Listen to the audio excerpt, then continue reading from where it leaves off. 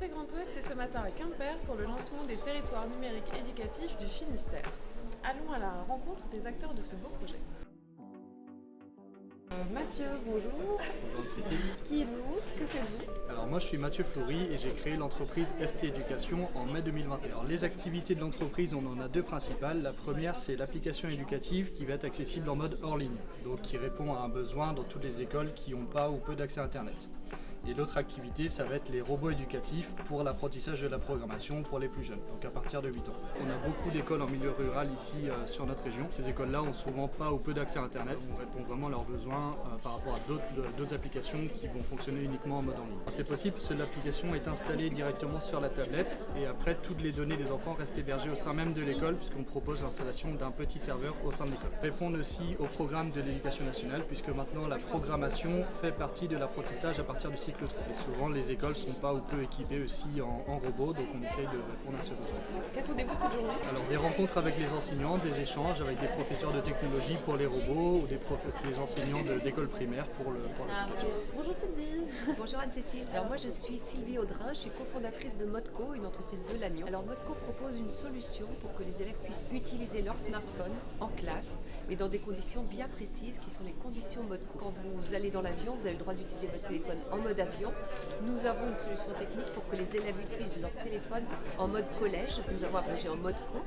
Et une fois en mode collège, ils sont dans une sorte de bulle au sein de laquelle seuls les usages pédagogiques sont autorisés. Ils sont 92% à être équipés de smartphones.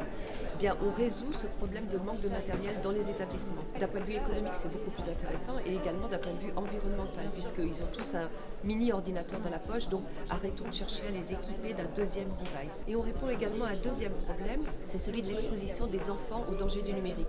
Parce que malgré l'interdiction, aujourd'hui en classe, ils sont 1 sur 3 à continuer à utiliser leur téléphone discrètement sous la table, sur TikTok, Snapchat, etc. Et les professeurs nous disent que les perturbations et les confiscations de téléphone, c'est du quotidien. Et nous préférons, plutôt que d'interdire, éduquer les enfants à un nouvel usage, un usage intelligent pour leur réussite scolaire. Pour nous, c'est important de nous faire connaître, d'être présents, de rencontrer les différents acteurs. Bonjour Faustine. Bonjour Anne-Cécile, donc je suis Faustine Dia, je travaille chez Mobidis, je suis responsable marketing. Et chez Mobidis, on propose des livres accessibles cognitivement, livres accessibles aux 10, au public en difficulté de lecture. Et on travaille notamment dans l'éducation nationale pour lesquels on propose des bibliothèques numériques pour tous les élèves. Du CP à la terminale, la bibliothèque s'appelle Sondo. On vient rencontrer les collectivités et les responsables et les personnes en charge du TNE Finistère parce qu'aujourd'hui on a 200 000 élèves abonnés à Sondo partout en France et il risque d'en avoir beaucoup plus. Donc voilà, notamment dans le Finistère et puis discuter aussi avec les enseignants, avec les référents numériques. Est-ce qu'on peut regarder concrètement comment ça Ouais. prend forme? Je désactive mon texte, j'ai presque plus d'accessibilité. Et ici, on va pouvoir changer la police, aider au repérage dans le texte. On va mettre des outils d'aide au déchiffrage, on a des définitions. Qui me chante, que j'ai envie de faire. On garde bien sûr les illustrations. Et tout est fait pour soulager l'effort cognitif et rendre le texte plus accessible. Bonjour Léa. Bonjour Anne-Cécile, je suis Léa Pinault et je suis chargée de développement commercial donc dans la société Caligo. Alors aujourd'hui Caligo c'est une application qui se travaille sur tablette pour l'enfant et l'espace web pour l'enseignant. Caligo se travaille avec les cycles 1 et 2 pour apprendre justement les gestes graphomoteurs et l'apprentissage de l'écriture. Et on se dirige d'ailleurs de plus en plus vers tout ce qui va être la dictée et la résolution de problèmes mathématiques. Aujourd'hui Caligo est implanté donc, dans les écoles puisqu'on est co-développé par le ministère de l'Éducation nationale. Ensuite, la différenciation que vous allez avoir, c'est vraiment en termes d'inclusion, le fait qu'il n'y ait pas de ratés ou d'erreurs, qu'on est toujours dans la remédiation, et ce qui permet également d'avoir l'inclusion en classe, donc l'enfant qui a des difficultés sera parmi les enfants qui n'en ont pas, et permet justement de ne pas être discriminé en école, et que l'élève puisse en fait être concentré à pouvoir écrire sans être jugé derrière par ses camarades. On est référencé lauréat ressources CN2, donc on est ici dans le Finistère, mais on va être aussi présent dans toute la France pour justement déployer cette ressource et pouvoir répondre à nos acteurs TNE. Donc là, vous allez avoir le modèle dynamique qui va s'afficher. Donc hop, je le relance. Donc vous pouvez voir le tracé qui peut être plus ou moins long en fonction des paramètres que vous avez rentrés avant.